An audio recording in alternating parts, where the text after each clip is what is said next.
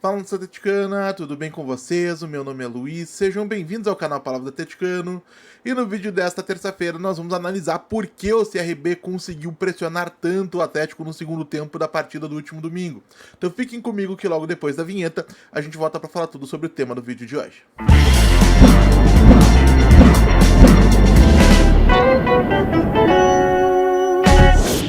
Então vamos lá para o tema do vídeo de hoje, pessoal, porque o Atlético Paranaense derrotou o CRB na noite do último domingo na Liga Arena, em partida válida pela quarta rodada da Série B do Campeonato Brasileiro.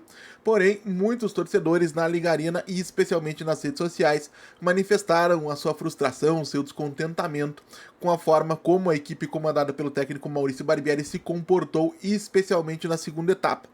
E conforme prometido no vídeo de pós-jogo que saiu na noite de domingo, a gente vai analisar com o auxílio de algumas imagens os motivos táticos e estratégicos pelo qual o CRB conseguiu ganhar tanto terreno na partida da Liga Arena, o que acabou causando uma enorme preocupação nos torcedores. Então aguardem só um minutinho que a gente já volta. Chegamos então com a nossa primeira imagem na tela, pessoal, e no campinho vocês vão perceber o Atlético Paranaense em defesa posicional, com as duas linhas de 4 que caracterizam a equipe do Maurício Barbieri, quando o time está se defendendo. À frente ficam o centroavante Allan Kardec e o meio-atacante Bruno Zapelli, que somente tem como missão pressionar a saída de bola da equipe adversária, não precisam recuar tanto assim no gramado. E por que o CRB ficou sob controle no primeiro tempo, ou por que eles não conseguiram, mesmo depois de sofrer o gol de abertura do placar logo aos 7 minutos, ganhar terreno, manter a posse de bola e se posicionar mais próximo do gol do adversário, como acabou acontecendo ao longo da segunda etapa? Vocês vão perceber, gente, que nessa imagem o Atlético Paranaense tem encaixes de marcação muito tranquilos, muito favoráveis. É bem verdade que o Abraão e o Léo estão em mano a mano com os atacantes do CRB, que são o Breno Herculano e o Douglas Baggio, mas ao mesmo tempo existe uma particularidade na forma como a equipe do CRB foi escalada, que permite que o Palácios e o Esquivel estejam com alguma liberdade para algum movimento de cobertura, para algum reforço de marcação necessário, porque o CRB atuou sem pontas num 4-4-2 com 2 volantes e 2 meio-campistas, no caso os 2 volantes Igor Meritão e Fernando Henrique, e os 2 meio-atacantes, os 2 meio-campistas, o GG e o Danielzinho. E conforme vocês vão perceber nessa nossa imagem, na região mais importante do gramado para o CRB, na região central do gramado, na metade do campo do Atlético, estão posicionados só o GG, que ficou sob responsabilidade do Falcão no encaixe de marcação, e o Danielzinho, que ficou sob responsabilidade do Filipinho. Então o Atlético tem a situação absolutamente sob controle, porque os volantes do CRB, embora saíssem para o jogo, especialmente o Fernando Henrique, mas também o Igor Meritão, que é bom jogador, o Atlético tinha a tranquilidade de poder vigiá-lo, seja com o Bruno Zapelli voltando para acompanhar o Igor Meritão, por exemplo, ou seja com o Isaac e o Luiz Fernando se deslocando para dentro para poder dar um reforço, caso algum desses volantes tentasse algum avanço mais arriscado, mais arrojado, digamos assim. E por que isso acontece? Porque esse 4-4-2 sem pontas, esse 4-2-2-2 do CRB, ele tem a fragilidade de não contar com jogadores alargando o sistema defensivo, não tem extremos posicionados nas pontas do ataque. Então toda a amplitude do time depende dos avanços dos laterais, do lado direito o Rainer e do lado esquerdo o Matheus Ribeiro, que além de tudo é um lateral direito improvisado no lado esquerdo, um jogador destro. Então mesmo que o Matheus avance 60, 70 metros, como também teria que fazer o Rainer para poder participar de uma jogada ofensiva, ele ainda vai se ver desconfortável para fazer um eventual cruzamento. Então é um encaixe de marcação tranquilo para o Atlético. O CRB não consegue se instalar no campo do Atlético para jogar, justamente por conta dessa vantagem numérica que o Atlético tem, numérica e posicional no sistema defensivo. E com isso, mesmo depois de ter aberto o placar, o Atlético mantém 46% de posse de bola na primeira etapa e um CRB absolutamente sob controle, tanto é que foram somente 2 finalizações da equipe alagoana na primeira etapa, quando o Atlético voltou para o vestiário com uma vitória de 1-0, né? Uma vitória pela contagem mínima com todo o merecimento.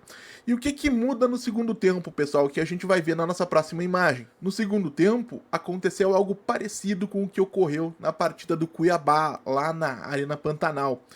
O técnico Eduardo Barroca, do CRB, percebendo que a sua equipe estava em uma posição estrategicamente desconfortável, faz duas mudanças importantes. Ele saca um dos volantes, ou seja, tira o Bruno Henrique de campo, e tira também o Douglas Baggio para posicionar abertos pelos lados do ataque o Thiaguinho pelo lado direito e o David da Hora pelo lado esquerdo.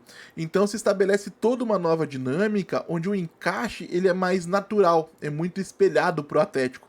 Agora, o Esquivel tem que se ocupar de um ponta, no caso é o Thiaguinho.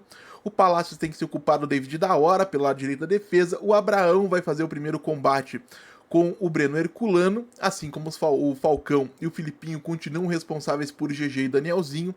Mas a grande diferença é que o Isaac e o Luiz Fernando não têm mais a mesma liberdade para se deslocar pelo centro. Eles precisam ficar atentos à possibilidade do Matheus Ribeiro e principalmente do Rainer, que é o mais ofensivo dos dois, até por estar atuando numa posição que é natural para ele pelo lado direito, avançarem e quem sabe se somarem aos pontas, aos extremos, ao Thiaguinho ou ao David da Hora, para fazer um 2 contra 1 contra os laterais do Atlético. Então, nesse novo encaixe, o CRB tem ferramentas para empurrar o Atlético para trás. E é justamente empurrando o Atlético para trás que o CRB cresce na segunda etapa, que o CRB acumula 68% de posse de bola na segunda etapa e equilibra o número de finalizações. O CRB chega a ter 6 finalizações no segundo tempo contra 7 do Atlético nesse mesmo período. Então um número bem mais equilibrado nesse sentido, em relação principalmente ao que a gente viu no primeiro tempo. E o que o Maurício Barbieri faz? O Barbieri permite que isso aconteça. E aí a gente vai fazer uma análise um pouco mais profunda se isso é uma boa coisa ou se é uma coisa errada e por quê.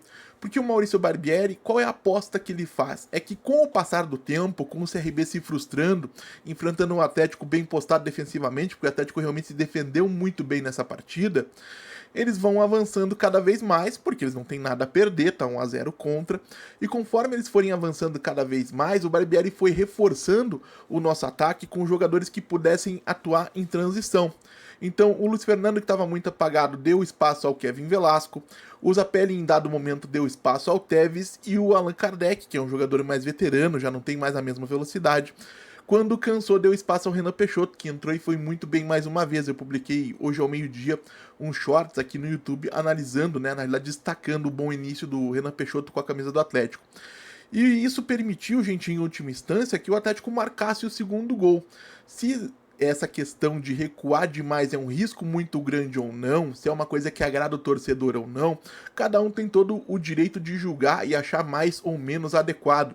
O que eu gostaria de ter visto no segundo tempo é o que a gente vai ver na nossa terceira e última imagem do vídeo de hoje. Então, gente, se eu fosse o Maurício Barbieri, eu não gosto da opção de ter tão pouco a posse de bola, de entregar tanto a posse de bola ao adversário, porque eu acho que, isso é a minha concepção, lógico, o Maurício Barbieri tem todo o direito de pensar diferente, que entregar demais a posse de bola ao adversário te coloca sob o risco de uma jogada de bola parada, de uma finalização de longa distância, uma bola desviada, uma marcação incorreta do árbitro de um pênalti, como o Bruno Arleu de Araújo errou grosseiramente naquele lance sobre o Renan Peixoto, onde ele não assinou uma penalidade clara a favor do Atlético. Enfim, existe toda uma sorte de aleatoriedades que podem te atingir se você permite que o adversário tenha demais a posse de bola. Então, o que eu teria feito, o que eu gostaria que o Barbieri tivesse feito na segunda etapa para que o Atlético pudesse reter um pouco mais a bola? Eu teria tirado sim o Luiz Fernando, como o Maurício Barbieri tirou, não para colocar o Kevin Velasco, para colocar o Juliano, ou poderia ser inclusive o João Cruz. Porque vocês lembram na primeira etapa, onde o CRB tinha um quarteto de meio-campistas e eles conseguiram dominar o setor de meio de campo pela vantagem numérica? No segundo tempo seria exatamente o contrário. Na medida em que o CRB ele tira o Fernando Henrique e abre mão de um meio-campista, o Atlético, ao colocar um 4, estabelece obrigatoriamente uma vantagem numérica nesse setor, o que permitiria que o Atlético, na saída de bola, tivesse mais alternativas e também pudesse ter mais jogadores em campo com essa capacidade, esse desejo de ter a posse de bola.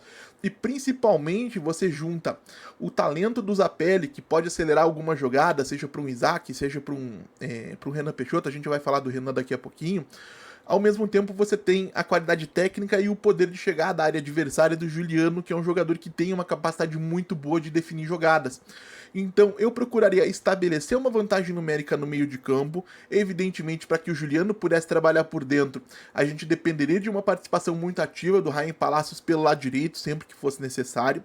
E eu reforçaria também o ataque com o Renan Peixoto, tiraria o Allan Kardec, tanto porque ele cansou, quanto porque o Renan tem sido mais capaz de manter a posse de bola no campo de ataque, de enfrentar os zagueiros, de sustentar a primeira pressão para poder dar continuidade nas jogadas. Então eu entendo que um Atlético, em sua prioridade no meio de campo, talvez não tivesse tido 32% de posse de bola, talvez tivesse tido alguma coisa mais perto de 40, 45, 50% de posse de bola, o que diminui o tempo que o CRB passa com a bola, diminui a capacidade do CRB de empurrar o Atlético para trás e ao mesmo tempo permite que o Atlético explore a qualidade de alguns jogadores importantes.